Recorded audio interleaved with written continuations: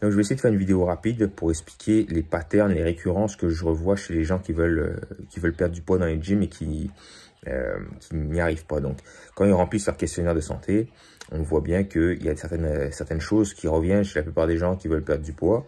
La première chose, c'est que ils ne bougent pas assez. Donc, la règle des 10 000 pas, c'est pas couler dans le béton. 10 000, hein, c'est parce que tu marches 9 999 que tu ne perdras pas de poids. Mais c'est une manière de mesurer un petit peu l'activité physique des gens.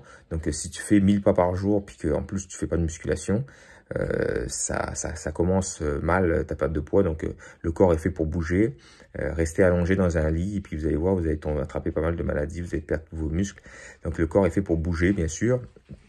Donc c'est important d'avoir une certaine activité physique dans la semaine et dans la journée pour essayer de faire fonctionner tout le système et de donner une chance aussi pour la perte de poids. Donc ça peut être des entraînements intensifs, traumatisants, donc comme la musculation, des circuits training et l'entraînement en force, etc.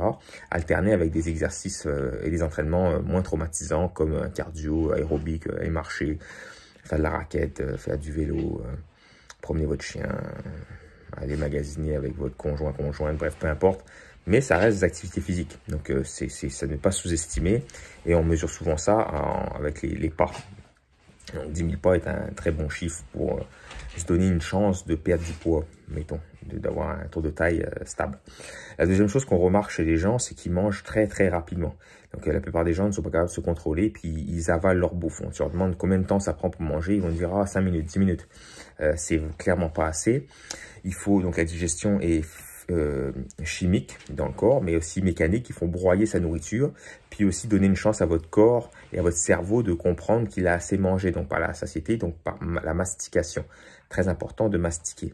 Donc vous pouvez faire des respirations avant de manger, donc la cohérence cardiaque, ça marche bien, ou juste prendre 5 respirations, puis envoyer un signal à votre corps qu'il n'est pas en danger, qu'il n'est pas stressé, qu'il va prendre le temps de manger, de mastiquer, pour être rassasié un petit peu. La troisième chose qu'on observe chez les gens qui ne boivent pas d'eau. Donc, troisième chose, les gens ne boivent pas d'eau.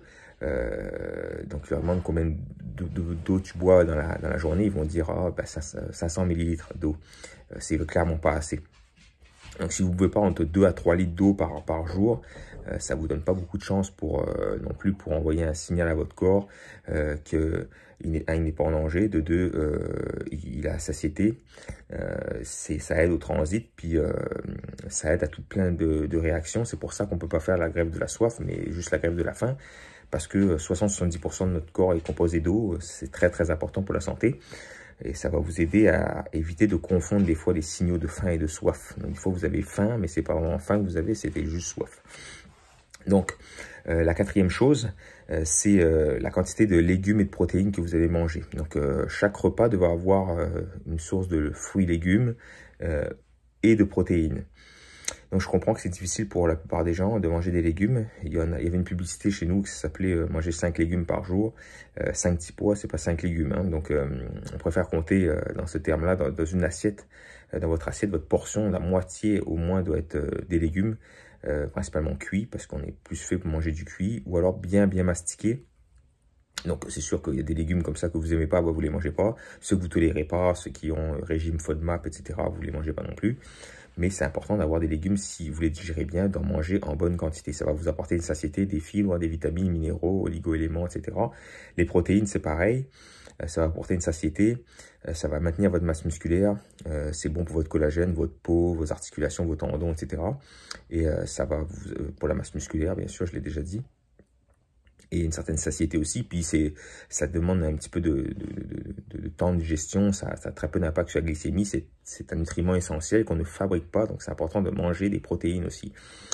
Donc on a vu qu'il fallait bouger, donc essayer de faire au moins 10 000 pas par jour, ou de s'entraîner et faire moins de pas, mais en tout cas essayer d'être actif. 2, prendre le temps de manger. 3, boire de l'eau. 4, manger des légumes et des protéines, très important à chaque repas. Et 5, l'alcool, donc les calories liquides. L'alcool, c'est assez néfaste pour la perte de poids. Donc moi, je viens d'un pays où on aime bien boire du vin, et l'autre pays où j'ai grandi dans mon adolescence, ben, ça boit du rhum pas mal. Mais c'est pas génial pour la perte de poids, ni pour la santé. Donc Le meilleur chiffre à boire pour de l'alcool, c'est 0. Mais si vous êtes un buveur social, c'est essayer de faire la moitié au moins de votre semaine sans alcool. Ça veut dire 4 jours pas d'alcool, puis 3 jours avec l'alcool, puis de ne pas dépasser 2 à 3 consommations. Bien sûr, ce n'est pas des recommandations scientifiques, mais c'est pour vous dire que moins, c'est mieux. Prendre le temps de boire, puis boire des vraies affaires, quoi. Pas boire des cocktails avec des Red Bull dedans ou des plein de cochonneries, du Pepsi dedans. Tant qu'à faire, buvez un alcool qui est, entre guillemets, plus sain, du vin nature, du cidre, etc. Ou encore à la rigueur un peu de fort. Prenez le temps de le boire, buvez toujours en mangeant, puis essayez de ne pas boire tous les jours, puis de vérifier que ça ne devienne pas une addiction, parce que ça empêche de perdre du poids, parce que c'est beaucoup de calories vides, et votre corps va avoir tendance à les stocker et non pas les utiliser comme énergie. Manquer du sommeil après, puis tout ce blablabla. Donc voilà, j'espère que cette vidéo va aider les gens à faire attention à ces facteurs-là. De base, merci mon chien. De faire de base, à faire attention à ces facteurs pour essayer de perdre du poids au début avant de faire quoi que ce soit de compliqué, de calculer ou de faire des plans alimentaires. C'est la base. Voilà, merci.